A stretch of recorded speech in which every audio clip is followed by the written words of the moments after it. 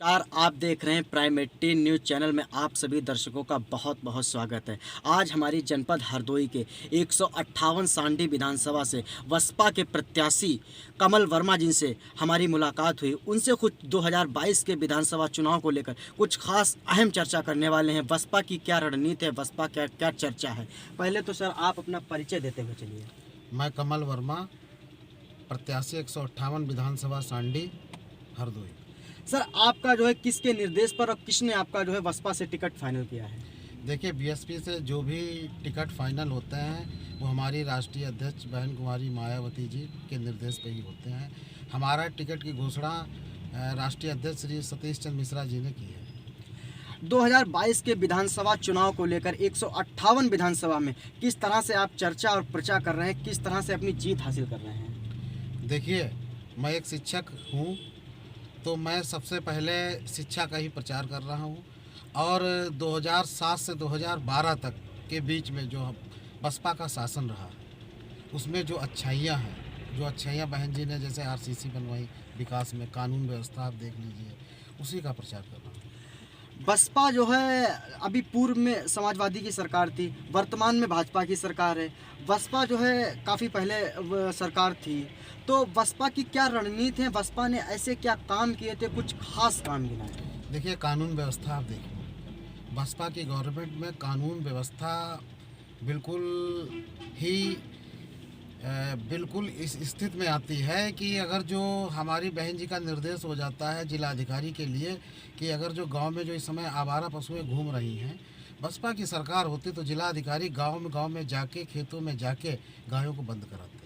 और जो किसान का नुकसान हो रहा है, आज देखिए इतनी सर्दी पड़ रही है, किसान खेतों में लेटा हुआ है, बीमार पड़ रहा है, उसको बुखार आ जाता है, ये सब समस्याएं दूर हो जाती। भाजपा की गवर्नमेंट देखिए जनता ने ही बनाई है, जनता ने ही तो बनाई थी, लेकिन वहाँ पे जो काम कर रहे हैं, जिनको सत्ता दे दी गई, उनको अनुभव ही नहीं था। वो मटके व्यक्ति थे, वो मटके व्यक्ति थे, पुजारी थे। मैं उनकी आलोचना नहीं कर रहा हूँ, लेकिन जब पुजारी को तुम शासन दे दोगे तो व्यवस्था तो चरमरा जाएगी। जिसका जो काम वही करे, तभी व्यवस्था चल पाएगी। बहन जी 4 बार मुख्यमंत्री रह चुकी हैं, उनको पता है शासन कैसे किया जाता है, अधिकारियों से काम कैसे लिया जाता है, ये उनमें कुशलता है। बहन कुमारी मायावती जी का आप जिक्र कर रहे हैं, तो बहन कुमारी मायावती जी एक दलित होकर ब्राह्मण सम्मेलन इन्होंने स्टार्ट क्यों किया था? भाई देखिए, सोशल इंजीनियरिंग बहन जी का फैक्टर है, और ब्राह्मण 2007 से 12 में हमारे साथ रहा था, और इस बार भी आप देखिएगा कि बहन जी की पूर्ण बहुमत की सरकार बन रही है। हवाई में जाना तो बहुत अच्छी बात है कि कह दिया अखिलेश जी की सरकार बन रही है, भाजपा सरकार बन रही है। जनता के बीच जाइए। मैं 40 दिन से जनता के बीच जा रहा हूँ, सुबह 9 बजे से शाम के 8 बजे तक रहता हूँ जनता के बीच में। जनता की स्थिति देखिए। और रही ब्राह्मण की बात, तो ब्राह्मण तो बसपा के साथ पूर्णतः आ चुका है।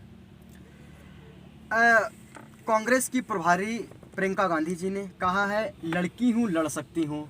वहीं सपा की छात्र विंग ने कहा है बेहतर हूँ बेहतर चुनूंगी। और बहन कुमारी मायावती जी का क्या कहना है, एक औरत होकर, लड़की होकर? देखिए, वो आयरन लेडी है, शेरनी है, 4 बार मुख्यमंत्री रही है। आप देखिए, अगर जो उनमें क्षमता ना होती तो मुख्यमंत्री कैसे रहती। और उनके शासनकाल में 7 से 12 में आप देखिए कि हमारे घर की लड़कियां कितनी सुरक्षित थी, रेप केस कितने कम हुए थे, लोग डरते थे, गुंडे लोग डरते थे। बाबरी मस्जिद जैसा फैसला आया, कहीं कोई दंगा हुआ? नहीं हो सकता है ना। अगर जो शासन टाइट हो तो प्रशासन जो है निरंकुश नहीं हो सकता है।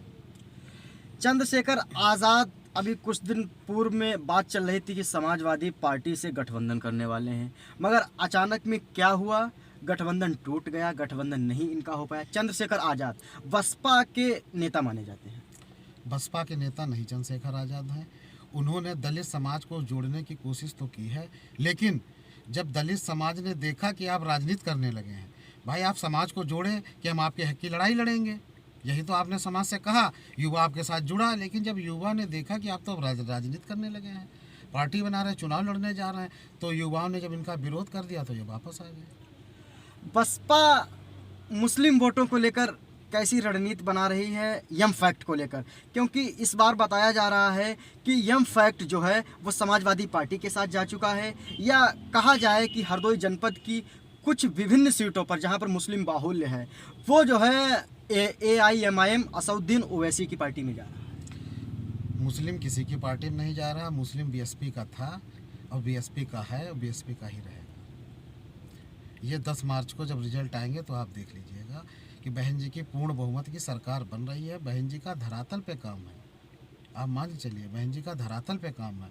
मुस्लिम, ब्राह्मण और जो हमारा दलित समाज है, सर्व समाज आ रहा है, कुछ ना कुछ परसेंटेज उसका आ रहा है, जिसके सभी समाज की भागीदारी जिस सरकार के वोटिंग में रहती है उसी की सरकार बनती है। भारतीय जनता पार्टी छोड़कर मौर्य जी समाजवादी पार्टी में शामिल हो गए हैं, क्या कहना चाहिए? देखिए भाई साहब, जो ये नेता हैं ये अपने फ़ायदे के लिए कहीं भी आ जा सकते हैं।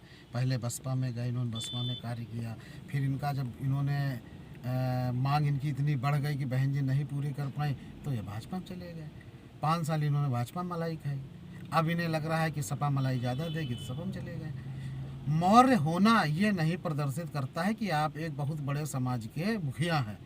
देखिए, मुखिया वो होता है जो जनता के अपने समाज के लिए कार्य करता है, लेकिन जो अपने लिए कार्य कर जाता है फिर वो मुखिया नहीं रहता। तो मौर्य जी समाज के मुखिया नहीं है, वो अपना लाभ जहाँ देख रहे हैं वहाँ जा रहे हैं। 158 सांडी विधानसभा से आप विधानसभा के प्रत्याशी हैं। अगर आप विधायक चुन लिए जाते हैं, जनता आपको विधायक चुन लेती है, तो आप सांडी विधानसभा की जनता को क्या संदेश देंगे और जनता के साथ आप क्या करेंगे? देखिए, मैं शिक्षक हूँ और मैं शिक्षा का ही प्रचार प्रसार करूँगा। विधानसभा में भी नए नए स्कूल खुलवाने की कोशिश करूँगा, उनको हाईटेक कराने की कोशिश करूँगा। और जिन कस्बों में, गांव में मैं देख रहा हूँ बच्चे नहीं पढ़ रहे हैं, उनमें अपने द्वारा, अपने संसाधनों से वहाँ पे एक कोचिंग इंस्टीट्यूट खोलने की कोशिश करूँगा, जिससे जो बच्चे हमारे घूमते हैं, एक हमारा कहीं वहाँ पढ़ा लिखा एक युवा आ जाए जो उन बच्चों को पढ़ाए। जो जिनके माता पिता नहीं पढ़ पाए हैं, तो हम ये सोचते हैं कम से कम उनके बच्चे पढ़ के सरकारी नौकरी में आ जाए। आपने शिक्षा के लिए बात की। किसान आजकल जो है भारत देश का एक अन्नदाता माना जाता है और भारत देश की एक रीढ़ का हड्डी के तरीके से किसान माना जाता है।